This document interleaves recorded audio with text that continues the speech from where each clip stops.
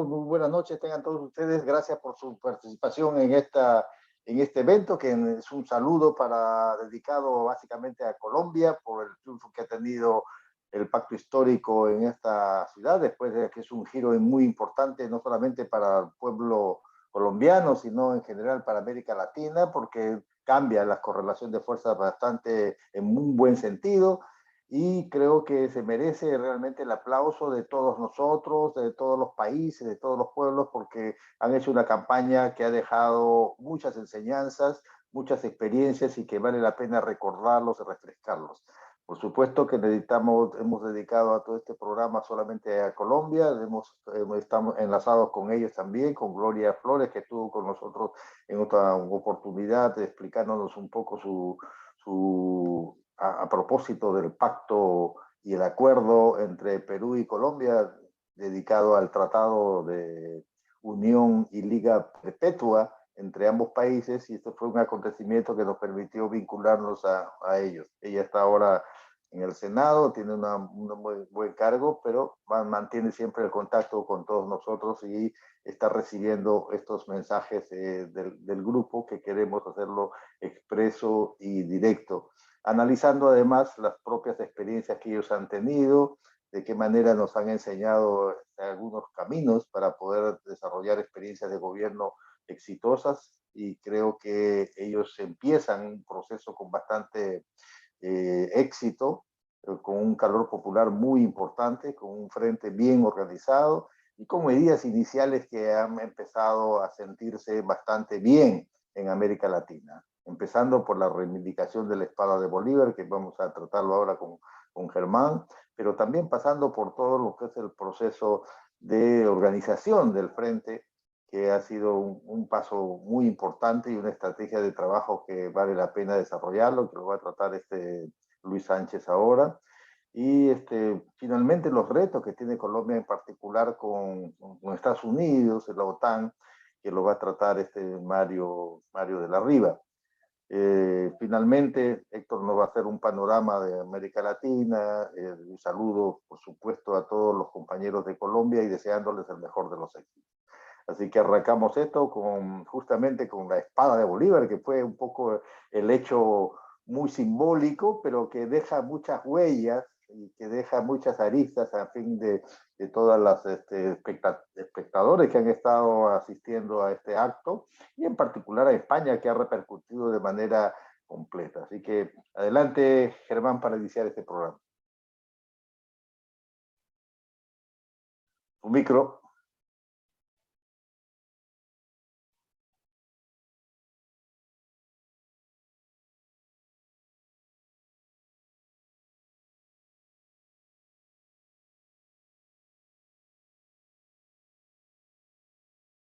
Ya, creo que ya. Perfecto, se escucha bien. Ya, muy bien. Gracias, Jorge. Desde que sucedieron los acontecimientos, es un tema que me llamó bastante la atención. Lo que había sucedido, sobre todo por la interpretación que se debería dar de ese hecho que podría ser calificado de distintas formas, ¿no? Y justo lo conversé con algunos de ustedes, de los compañeros del grupo emancipador, y ya posteriormente esto ha sido procesado, y en la propaganda que les hemos enviado para este acto, por lo menos hemos enviado 2 videos sobre el tema, hechos uno por Ina, ¿no? Una rusa que reside ahora en España, y por otro que sigue en Rusia, en los programas de Russia Today, que hace muy buen análisis, que creo es español. Entonces, ese material se les ha entregado con la invitación a esta reunión. Formalmente la cosa se presenta a raíz del triunfo de Petro y la toma de poder en la ceremonia esa que se realizó en la Plaza Bolívar en Bogotá. Él, como presidente electo, le pide a Duque, quien es digamos, el heredero después de Uribe, o un incondicional de Uribe, que le continúe en la presidencia después de Santos, que quería que esté la presente en el acto de transferencia la espada de Bolívar. Duque se niega a eso, argumentando distintos motivos, distintos pretextos, ¿no? Entre otros de que como no había un seguro para esa espada, no podía ser trasladada y llevada a la plaza. Y entonces, por ese motivo, no tenía una póliza. Por ese motivo, esa espada no podría salir del palacio, que es donde finalmente está depositada después de haber hecho todo un recorrido, ¿no? Además, señalemos que tiene un trasfondo también interesante, porque justamente cuando el movimiento guerrillero de Colombia en la década del 70 secuestra esa espada, uno de los que salen a hablar públicamente es Petro. Petro es el que habla sobre ese hecho. O sea, no como participante en la acción, sino en la política, porque estaba vinculado al movimiento guerrillero en ese momento, ¿no? Y era un adolescente prácticamente, ¿no? Y entonces hay ese hecho también como antecedente. Bueno, lo cierto y real es que Duque se niega al pedido del presidente que va a asumir, y por tal motivo la espada no está ese día o ese momento en la plaza. Ya cuando Petro es juramentado, como ustedes todos son testigos, ya han visto seguramente, Petro pide que esa espada sea traída a la plaza y ordena, además, que sea así en su condición ya de presidente investido, en el ejercicio de sus funciones, y hace un receso de unos 10 minutos para que eso se concretice. Y efectivamente la espada aparece y preside el acto de la transferencia, la toma del mando de la presidencia de la República por parte de Petro, ¿no? Ahí se produce un segundo incidente, y es el del rey de España, Felipe, que está presente en la ceremonia, y que cuando hace su ingreso, la espada traída por 4 cadetes de las Fuerzas Armadas colombianas, mientras todos los invitados se ponen de pie en señal de reconocimiento, de respeto hacia lo que simbólicamente eso significa, el rey Felipe permanece sentado, olímpicamente sentado, y no se para y no se mueve de su lugar, ignorando totalmente este hecho. Y entonces la ceremonia sigue y finalmente se producen los discursos y todo lo demás, ¿no? Ahora, la interpretación de este hecho es bien interesante porque tiene un trasfondo. Todos saben ustedes que Colombia es como los libros y las obras de García Márquez, ha sido una guerra perpetua de la independencia hasta ahora, ¿no? La última a raíz del asesinato de Gaitán en el año 48, que desencadenó prácticamente una guerra civil en Colombia, que no se ha interrumpido y que ha continuado hasta ahora, digamos, en la última ola, pero para atrás, desde la independencia acá siempre lo ha habido. Y en este último periodo que estamos hablando de Gaitán acá, por lo menos han muerto 200.000 personas, ¿no? Además que todos los días en Colombia asesinan a líderes sociales, a líderes políticos, a dirigentes políticos también.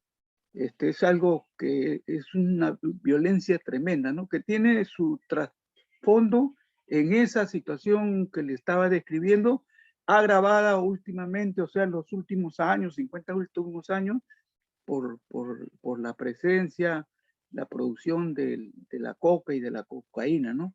Y entonces tiene un componente más que agrava esta situación. Yo lo quería traspolar un poco en relación a este mismo hecho a la situación del Perú, concretamente con el gobierno del presidente Castillo, porque hay muchas coincidencias y muchas cosas que lo ligan. No, recordemos que Colombia es un aliado estratégico de la OTAN y de los Estados Unidos. Hay presencia por lo menos, uno dice 7, 8, 10 bases norteamericanas en su territorio, y es aliado estratégico de la OTAN. y realiza actividades, ejercicios y maniobras con la OTAN, pero además eso le da membresía para participar de los asuntos internos de Colombia, y eso se vio muy claro cuando se produjeron los incidentes a raíz de la ayuda humanitaria, entre comillas, que Colombia trató de introducir a Venezuela, violando todas las leyes internacionales, la soberanía y todo lo demás de Venezuela, ¿no? Y también es el punto inicio del grupo de Lima, el grupo de Lima justamente que se va a concretizar y formalizar en Lima. Entonces es el eje Colombia-Lima, y que llevó a una situación prácticamente de guerra entre Venezuela y el resto de países, porque era la política y lo que planteaba en ese momento el presidente de los Estados Unidos, Donald Trump.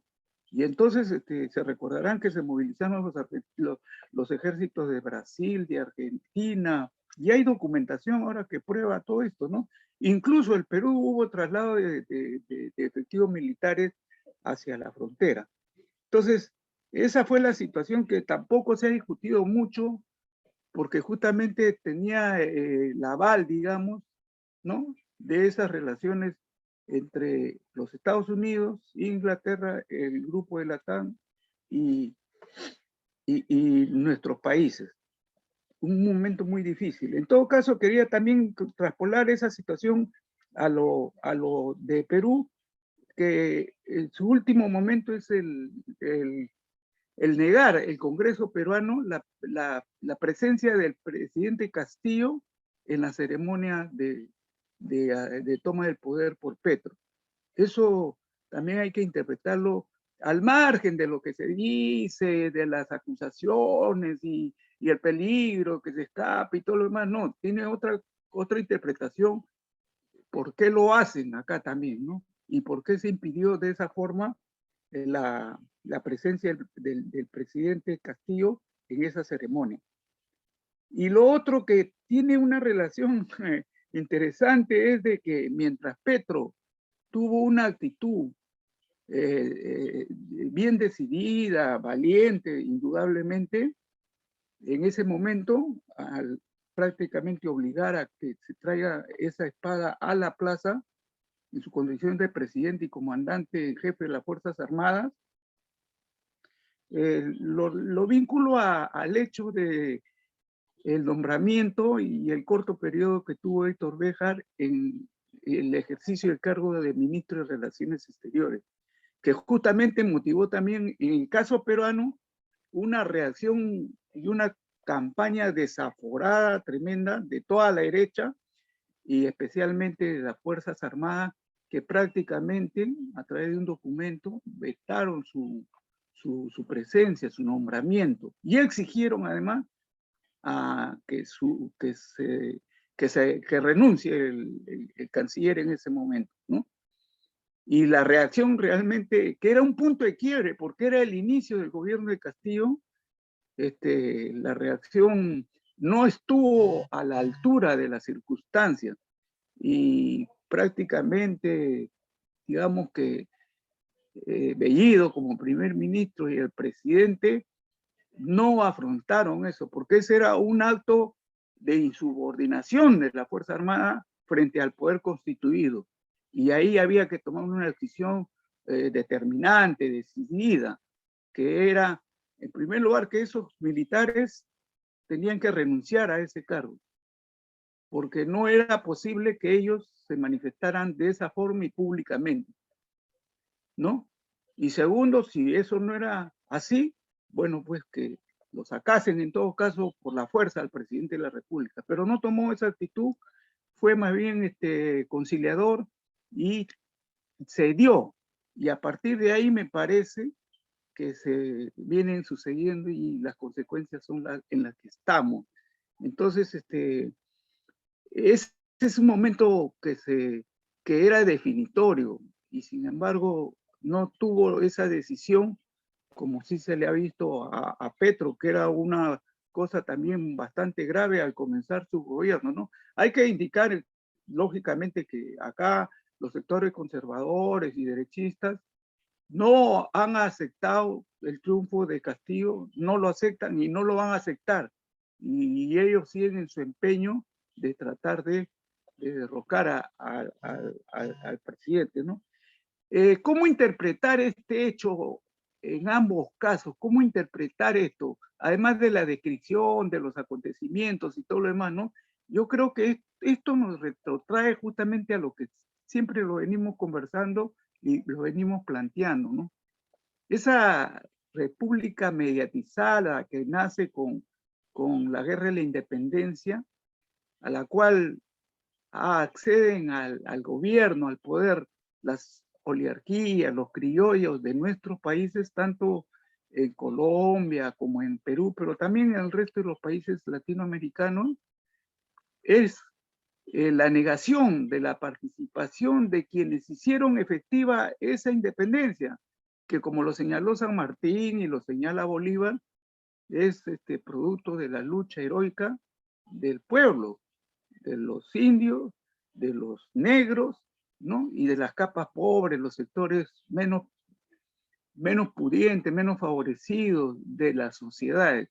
Y sin embargo, a pesar de eso, son repúblicas burladas, digamos, porque finalmente quienes se quedan con ese poder son esas clases criollas, oligárquicas, aristocráticas, y que se ha mantenido en el transcurso del tiempo durante todos estos 200 años, y se mantiene en estos 2 años, parece como un país incidido, fracturado, que tiene dos sectores claramente de espaldas, uno negándole la participación a la mayoría y manteniendo ese poder con la fuerza, coercitivamente, ¿no? Con todos los elementos que tiene para ello con el Estado, los poderes del Estado y en última instancia la Fuerza Armada y la policía.